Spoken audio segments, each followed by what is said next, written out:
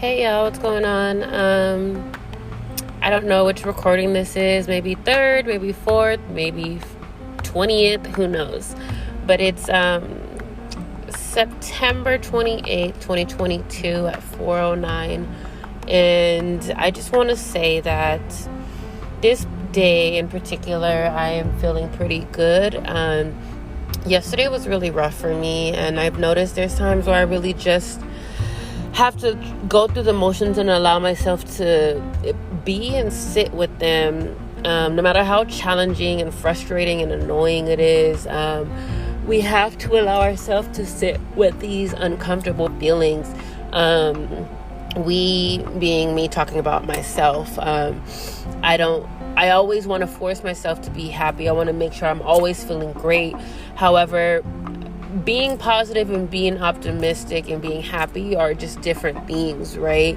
So I'm trying and I'm doing my best. Actually, let's just scratch that. I'm always doing my best. We are always doing our best. When we say try, we are pretty much limiting ourselves with saying that we are only attempting and not going to succeed because of an outcome. As long as we do our best, the best outcome will come, right? Side note, little tangent, but yes. So I'm always wanting to feel my best. I always want to be my best, look my best, and feel my best. And so when I'm feeling anything outside of that, I feel like disappointed in myself. I feel disgusting. Not like disgusting, but it's like, ew, like I don't want to feel like this. However, when I do feel like that, I am learning to allow myself to just feel like that because there's a reason, right? Yesterday I learned there was a reason why I felt the way I did. It was because for one, this past weekend was like Cross Festival, and my brother was like a huge festival person, going and shuffling, like really great shuffler. And then that same week of that weekend of the festival was a 2-year anniversary of a shuffle meet that he would go to on a weekly basis. And so that's already a lot right there. However, I'm thinking, oh, it's fine, it's okay, and this and that. However, my body is still kind of like feeling, so subconsciously I'm still feeling like sad and just feeling depressed, not being depressed, but feeling it, feeling very dark and heavy and like this, when the intrusive thoughts love to come and just mess with you, right? So yesterday, that's how I was feeling. And then after work, I decided, I was like, you know what? I'm going to go work out. So I went to just do a quick little 20-minute cardio and then some arm exercises to tone up my arms. And then after that, it was great. I went home, showered, knocked out. And this morning I woke up and I felt great. And I'm like remembering, I'm like, okay, so maybe I need to just increase my level of activity, right? I know things that work for me. I started journaling again. I was like, you know what? I noticed I haven't picked up the journal in such a long time. So it's like, okay, maybe picking up a journal will definitely help. So I started journaling again, and to be able to get those intrusive, curious, upset, frustrating, sad, depressive thoughts out, right? Along with the disappointment of feeling joy, right? The being upset and the frustration of being happy in certain moments and then realizing, fuck, like I wish my brother was here, so being able to just notate all of that, get that out all on paper so that it's just not circling in my mind. I tell everybody this, everybody who knows me knows this. I'm an in-head kind of person. Like, my head and my mind continue to just wander, to continue to just spiral. So I have to learn how to pretty much slow down. Meditation helps me. So I always have to dedicate 5 to 15 minutes to just laying there if I'm in bed, to not do anything. I can watch TV. I can be on my phone. I can do all these things, read a book. However, for me, I'm under the impression that it is a distraction, let alone kind of it's not a balancing technique for me. So I have to really just sit there and let the thoughts come, and that's where the journaling comes in, right? So it would rather it just popping up in my head and then going away. That's fantastic. However, I need to take the extra step to write it out, to fully get it out of my head, right? A full expression. So finding new ways of expressing these emotions. If I'm upset, I just started picking up Krav Maga, which is a Saudi Arabia military self-defense training course. I got a good promotion for like 6 weeks, every Saturday for 2 hours, and I get to fight. I get to punch things. I get to express my anger and my frustration and like any negative emotions that just contribute to my anger, right? Because ultimately at the end of the day, my biggest expressive emotion is anger. If I'm sad, it'll come out in anger. If I'm hurt, it'll be anger. If I'm not happy, I won't be angry. But the not so positive feelings and emotions come out through anger for me. So for me, I've been getting my gloves and I've been like punching the wall if I need to be able to release that energy in a healthy way, right? I can go out to the club and get shit-faced drunk. I can get super high and get in my feelings and then not really feel them because I'm kind of like numbing and suppressing it at the same time. So I can do all of that, and I have, but it's like high off of like marijuana, guys, just so you know. Side note. I can do all of that, right? But that doesn't fix or change or help anything. Alcohol will have me feeling like shit the next day. It is a depressant, and I stress this so much. It is a depressant. So if I'm drinking, taking a shot, and I'm not flushing my system with a hell of water, then it's going to stay in my body, and I'm going to feel depressed. I'm going to feel like the world is against me. I'm going to feel things are dark. I feel everything is just heavy, because it is in that moment of the state of mind that you're in from the alcohol, right? So then for me, if I smoke weed and I get super lit, it's like, okay, this is cool. But then for me, I'm a thinker, right? So when I get in this kind of state, I'm thinking the craziest stuff, which is probably why I should start journaling when I do this. If I, to see how I can actually get these thoughts circling more, and just get them out. So for me, what I've been doing is really just taking things moment by moment. Like, I understand there's going to be days where I just can't. And then there's going to be days where I'm like this, like today, where I'm like, I feel great today. Today's a good day. Yada, yada, yada, So I wanted to record on a day where I'm good during this grieving process, because I want you guys to kind of hear the differences and the phases that we go through in this kind of state, in this process. And like, I don't feel like it's talked about enough for all of us to have this agreement and understanding when it comes to people who are grieving and what it looks like, because it doesn't look the same for everyone.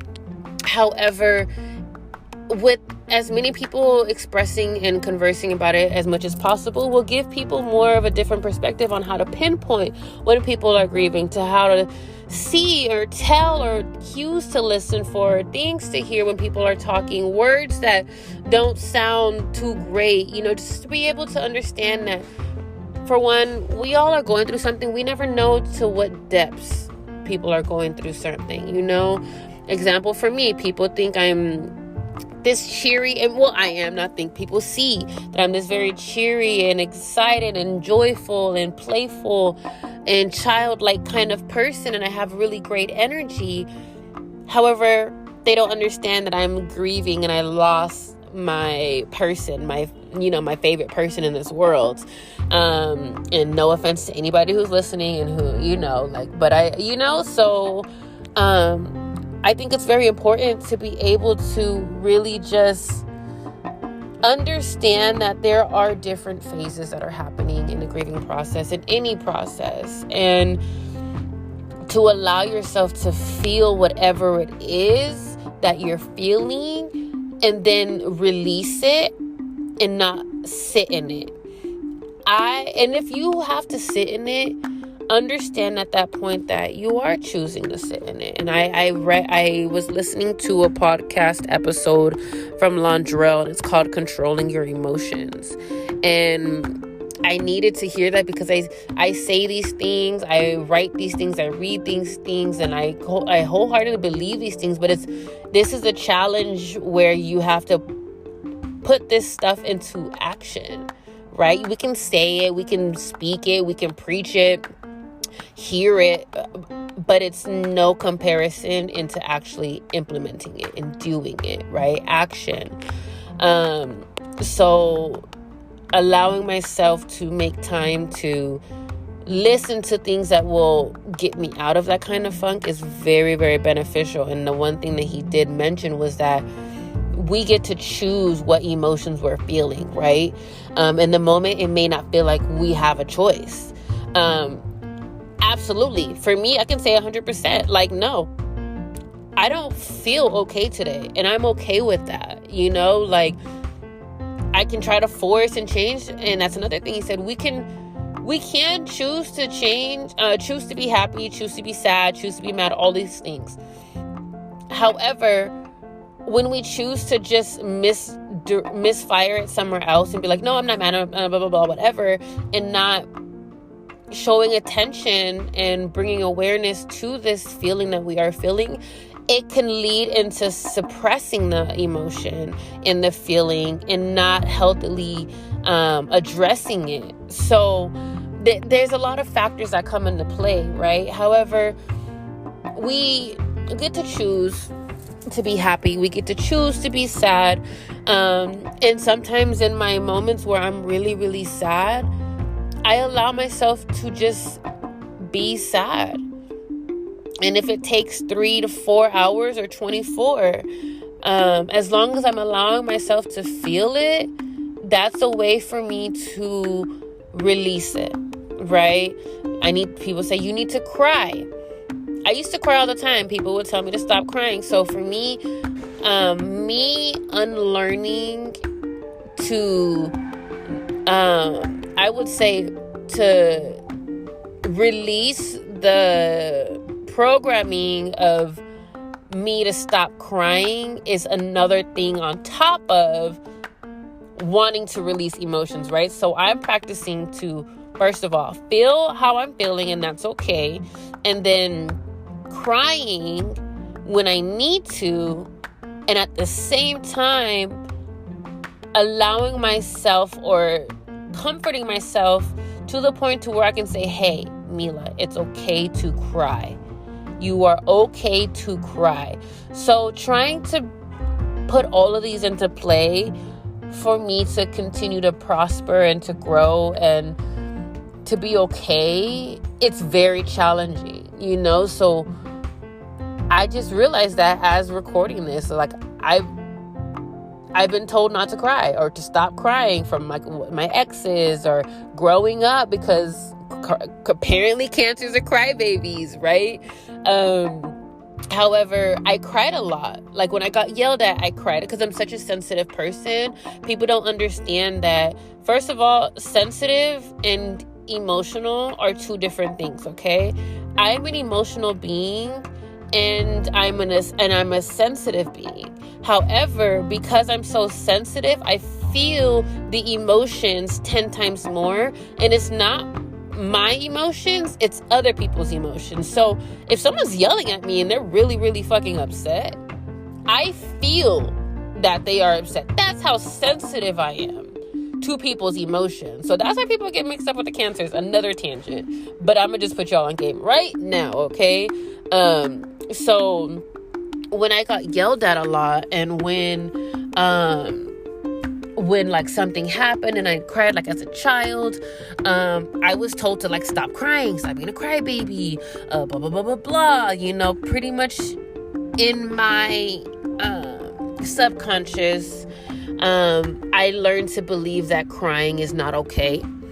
Crying is like, it's just, it doesn't do anything for you. And it invalidated my feelings, and so that is what I was programmed when I was younger. Like, that's what I was told to like believe, or the actions looked like that's what it was supposed to be. Like, if I cry, then it doesn't change anything. It doesn't mean anything. Like, why? Oh, you're a crybaby, that means you're weak, so I'm like, okay, now I can't cry.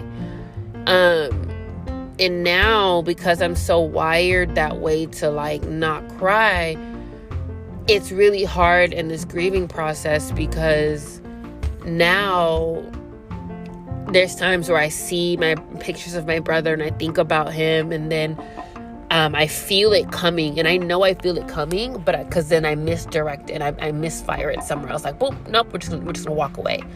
Or I see the picture, oh, I'm just gonna close the picture. Or I think about it, and it's just like, I'll think about it, and I'll just be like, okay, no more, don't think about it anymore. And that's not okay. I need to be able to feel the emotions. If I'm sad and I need to cry, then I can go ahead and cry.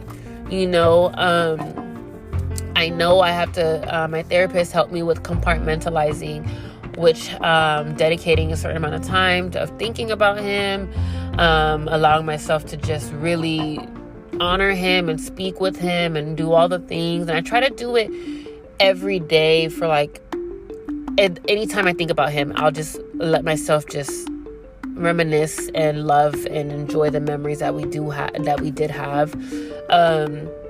So I'll do it throughout the day. However, releasing the emotions, I feel them, but I also need to learn how to release them, right? So releasing in a form of crying, in a form of journaling, getting the thoughts out on paper, Muay Thai or Krav Maga, where I get to fight my anger out, my frustrations, and kind of cycle the energy in a way to where it's going to leave me feeling more balanced and more grateful for being alive at the same time,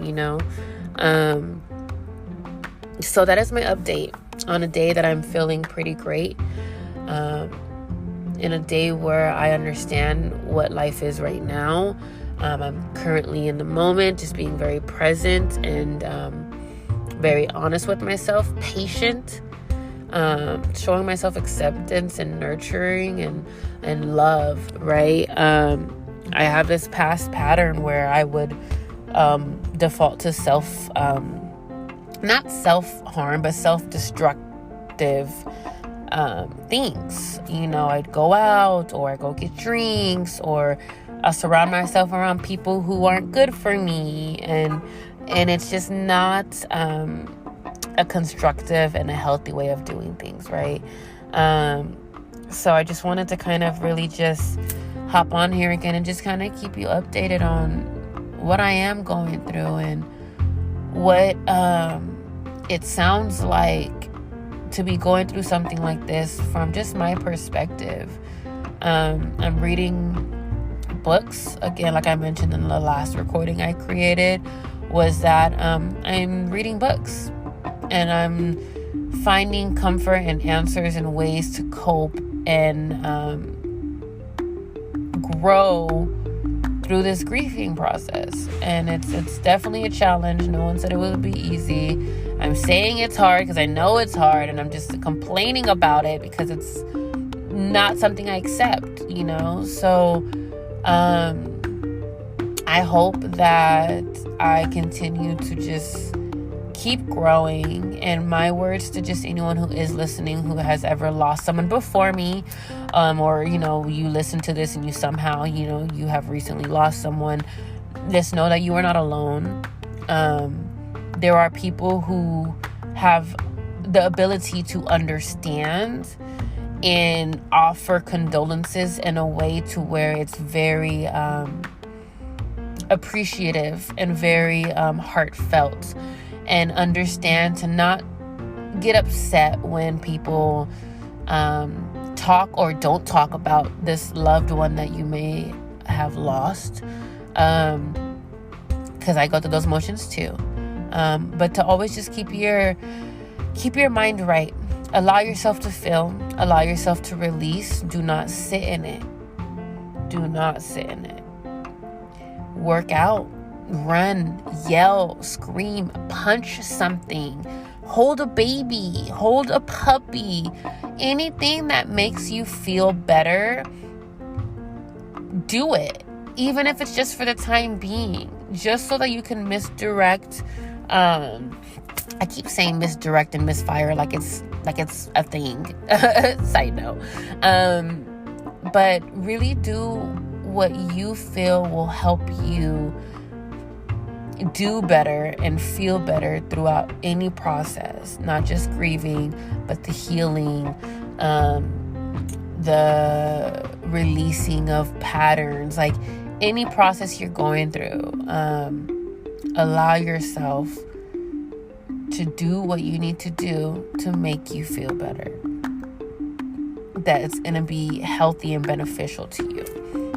And only you know that. Any and everybody will offer the 2 cents, the 20 cents, the freaking $100,000 to help you feel better. However, you are the only person who knows what true happiness is for you. And this is a note to self too. Peace, love, abundance, prosperity, and gratitude to you all. I love you guys, and I thank you for always just supporting and listening to me. If it's one listener, 12, 4, 115, random numbers, it means a lot, and that's all I can say. Have a wonderful rest of your day, everyone, or your night, or whatever it is that you're doing. Keep growing and keep thriving.